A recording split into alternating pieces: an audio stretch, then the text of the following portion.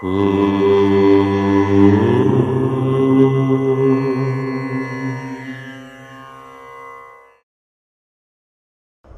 గణేశ శారదా దత్తాత్రేయ సద్గురు పరబ్రహ్మణే నమః.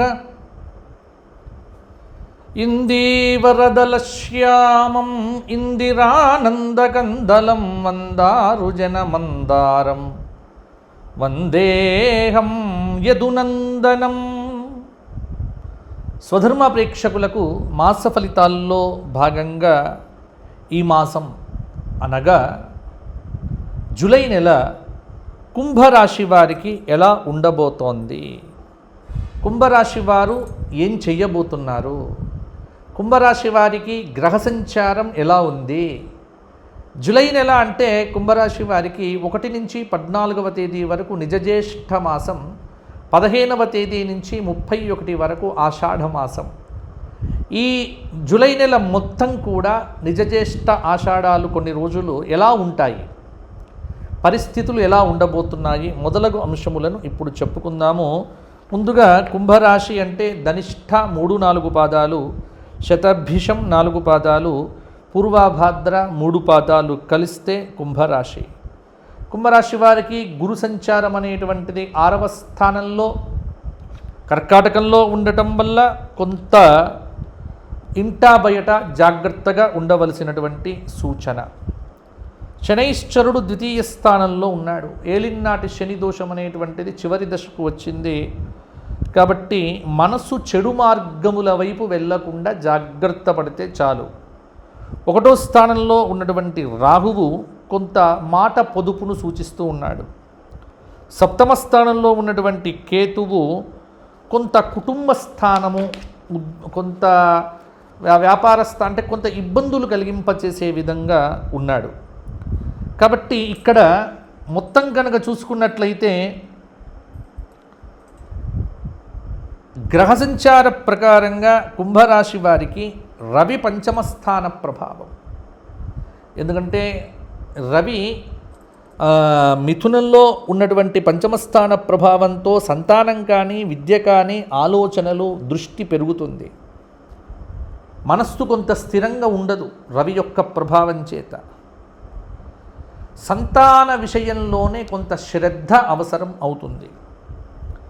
రవి 6వ స్థానంలోకి వచ్చిన తరువాత పనులలో కొంత పురోగతి, శత్రువులను నిగ్రహించటం, ధైర్యాన్ని పెంపొందింపచేసేటువంటి పనులు చేయటం వంటివి జరుగుతాయి.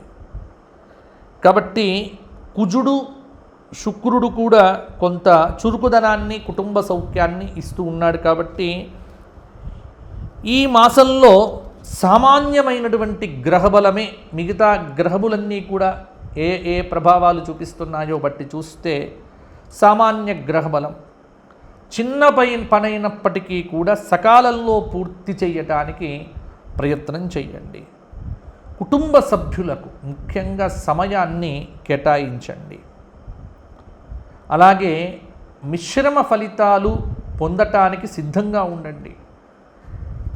వేసే అడుగు, ప్రతి అడుగు కూడా జాగ్రత్తగా వేయటం అలవాటు చేసుకోండి. చిన్న చిన్న సున్నితమైనటువంటి సమస్యలు మీ చుట్టూ కూడా తిరుగుతూ ఉంటాయి.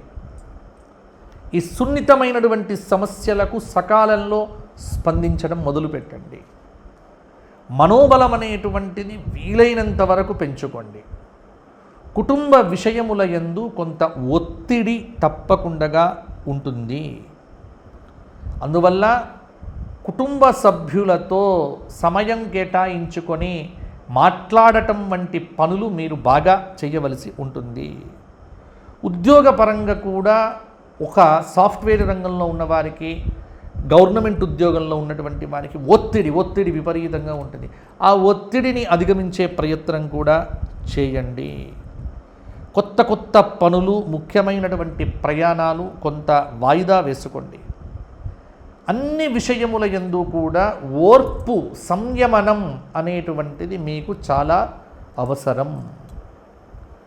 కొత్త ప్రయత్నాలు, కొత్త వ్యాపారాలు, వాహనం కొనుక్కుందాము మొదలైనటువంటి వాటి జోలికి వెళ్ళకండి. ఎందుకంటే కొత్త ప్రయత్నములు చెయ్యటానికి ఇది తగిన సమయమైతే ఈ జూలై నెల కాదు. వృత్తి స్థానం, ఉద్యోగ స్థానం మీద నిరుద్యోగులు కొంత దృష్టి పెట్టినప్పటికీ కూడా కష్టపడవలసి వస్తుంది. కాబట్టి బాగా కష్టపడితేనే ఉద్యోగంలో ఒక అడుగు ముందుకు వేసి ఇంటర్వ్యూ దాకా వెళ్తారు. కాబట్టి ఆలోచన చేసుకోండి. ఉద్యోగం చేస్తున్నటువంటి వారు వృత్తి నైపుణ్యాలను పెంచుకోకపోతే ఉద్యోగంలో భద్రత కూడా ఉండకపోవచ్చు. కాబట్టి ఉన్న ఉద్యోగాన్ని కాపాడుకోవటం, లేని ఉద్యోగం వైపు వెళ్ళకండి. ఈ ఉన్న ఉద్యోగాన్ని విడిచిపెట్టి కొత్త ఉద్యోగం జోలికి వెళ్ళాలి అని మాత్రం అడుగు వెయ్యకండి. కాబట్టి కొంత పెద్దల పట్ల, గురువుల పట్ల వినయ విధేయతలు చూపితే తప్పకుండా మీకు బాగుంటుంది. ముఖ్యమైనటువంటి ప్రయాణాలు కొంత వాయిదా వేయటం అనేటువంటిది కూడా మంచిది. అన్ని విషయాల యందు కూడా ఓర్పు అవసరం. అలాగే కోర్టు వ్యవహారముల యందు కూడా కొంత రాజీని కుదుర్చుకుంటే సరిపోతుంది. కాబట్టి కుంభరాశి వారు చాలా జాగ్రత్తగా ఉండడంతో పాటుగా ఈ మాసమంతా కూడా కొంతమేర రవి, కొంత శని యొక్క ప్రభావము బాగుంది. కాబట్టి మిగతా వ్యవహారములన్నీ కూడా మీకు బాగానే నడిచిపోతాయి. కుంభరాశి వారు జూలై 5వ తేదీ, జూలై 10వ తేదీ, July 16, July 18, July 25, July 26, July 28 రోజుల్లో ఏ పనులు పెట్టుకున్నా అవి మీకు సక్సెస్ అనేటువంటివి కల్పింపజేస్తాయి. కాబట్టి మంచి విషయాలు. ప్రయాణముల యందు దొంగతనం కాకుండా జాగ్రత్తగా ఉండండి. ఎందుకంటే ఆన్లైన్ చోరీలు కూడా మీకు డబ్బు నష్టాన్ని సూచిస్తూ ఉన్నాయి. ఆకస్మికమైనటువంటి ధనలాభం కూడా ఈ మాసాంతంలో కలిగే ఆస్కారం ఉన్నది. అందుకే గణపతికి అభిషేకం చేయించుకోండి. 4 మంగళవారాలు గణపతికి సంబంధించినటువంటి స్తోత్రపారాయణం చేయండి. మీకు అనుకూలత పెరుగుతుంది. ప్రతి శనివారం వెంకటేశ్వర స్వామి వారి దర్శనం చేసుకొని సుప్రభాత సేవ చేయండి. అది ఇంకా మీకు అనుకూలతను పెంచుతుంది.